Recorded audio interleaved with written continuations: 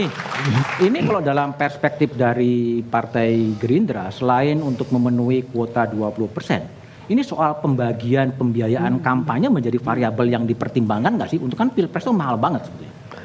Sebenarnya partai politik itu kan kumpulan dari sekelompok orang untuk mencapai tujuan tertentu. Dan tujuan tertentu dalam partai politik itu selalu kekuasaan. Kekuasaan itu bagi kami adalah sebuah alat untuk mencapai tujuan kita berbangsa dan bernegara. Makanya bagi Pak Prabowo, jabatan presiden itu adalah sebuah alat untuk mencapai tujuan bernegara dan berbangsa. Maka untuk mencapai tujuan berbangsa dan bernegara kita perlu mengajak sesama. Maka kemudian ketika Partai Kebangkitan Bangsa ingin bersama-sama dengan kami dengan sangat terbuka, dengan senang hati bisa menerima. Demikian juga jika ada partai-partai lain, kami tetap menerima pandangan untuk bisa mencapai tujuan bernegara, berbangsa secara bersama-sama. Karena presiden itu adalah sebuah alat kekuasaan yang bisa untuk mencapai tujuan berbangsa dan bernegara.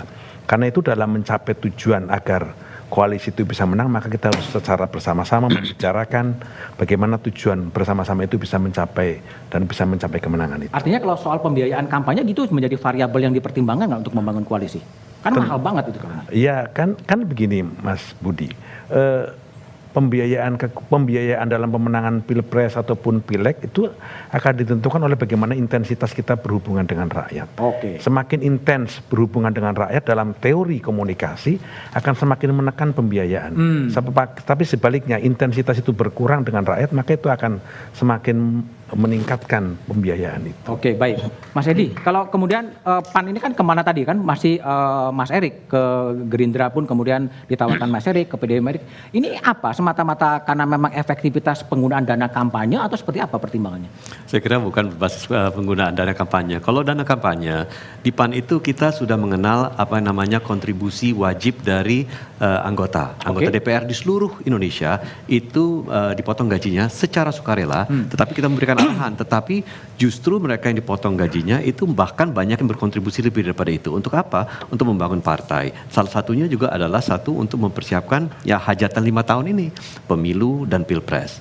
Jadi kami melihat itu bahwa partai bisa mandiri meskipun dengan keterbatasan yang ada, tetapi kalau kita bicara Pak Erick Thohir, kita melihat bahwa Pak Erick Thohir itu ya punya rekam jejak tangan dingin.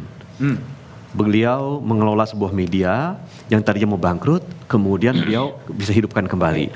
Dengan dana yang terbatas, waktu terbatas, beliau bisa menyelenggarakan Asian Games dengan sukses. Oke, baik. Nah, dan berbagai hal lagi, termasuk yang terakhir, PSSI. Beliau ambil alih PSSI, beliau kelola dengan baik. Ya alhamdulillah kita bisa menorehkan emas di SEA Games. Oke. Nah, itu menurut saya itu adalah bukti-bukti achievement dan itu sudah terlihat di dalam survei-survei yang ada dan itu ya bentuk apresiasi masyarakat terhadap Erick Thohir. Mas Hasan, ini kan kelihatannya Pak Prabowo didekati oleh banyak tokoh ya. Ini kan PAN mengajukan Mas Erik. Nah, kalau satu saat kemudian Cak Imin nggak jadi cawapresnya Pak Prabowo, tetap bersama dengan Gerindra atau gimana? Saya jawabnya pertanyaan ini nanti aja ya kalau terjadi. Sekarang belum terjadi, jadi saya nggak perlu jawab sekarang. Saya yang jawab kalau gitu. Jadi saya yang jawab. Kebetulan saya mau jawab dulu Mas Suji. Enggak, kebetulan aku sering ke pesantren-pesantren.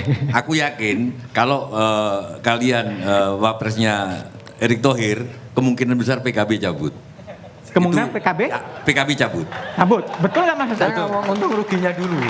Tadi kan Mas Tejo bilang bahwa ini untung ruginya gimana kan begitu.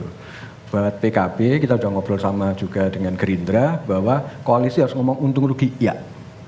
Tapi untung rugi untuk siapa? Rakyat ukurannya. Jadi bukan untung rugi buat PKB, tapi untung rugi buat rakyat. Rakyat kalau kami koalisi terus ngusung pasangan capres-cawapres yang disepakati sekatakan Pak Prabowo sama Gus Muhaimin jadi pasangan cawapres, itu menguntungkan rakyat apa merugikan rakyat? Jadi ukurannya di sana. Kalau ngomong untung rugi itu untung ruginya untuk rakyat, untuk bangsa ini, bukan kami-kami ini. Karena kami ini hanya alat untuk membuat rakyat untung, bukan alat untuk membuat rakyat rugi. Jadi koalisi ini untung ruginya untuk siapa Mas Tejo? Rakyat, bukan partai politik. Oke, baik Mas Hasan ya. Jadi setiap partai politik punya strategi berbeda untuk koalisi di setiap pemilu. Koalisi juga perlu dipikirkan untuk politik jangka panjang. Membedah beda koalisi antar perubahan, kesinambungan juga kadang-kadang tidak terlalu jelas menurut Mas Umar.